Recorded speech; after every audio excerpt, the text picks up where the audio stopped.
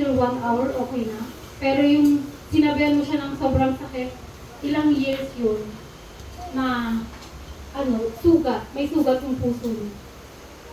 Kaya minsan pag sobrang mabilis tayong magalit, mabilis bumalik yung mga hindi magandang nangyari sa atin kasi punong-puno tayo ng sugat pag hindi tayo naghihingi. Actually, ang depression, o anxiety muna, no? Anxiety, hindi siya, ang tawag dito, minsan may paliwanag doon, spiritual na bagay, pero hindi siya nangyayari kung walang pinanggagalingan. Right?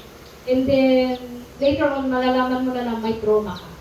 Yung trauma is malalaman mo yung trauma, parang kang natatakot gawin isang bagay na hindi mo alam kung bakit. Yung nararanasan niyo yun, parang wala kang parang takot mong gawin. Pero, hindi nyo lang alam na nung maliit kayo, nagkaroon kayo ng takot. May nangyari sa inyo. Halimbawa, may gumawa ng hindi maganda sa iyo.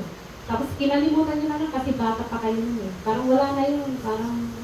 Parang natabunan ng taon. Pero, hindi nyo namamalayan, umi-epekto pala siya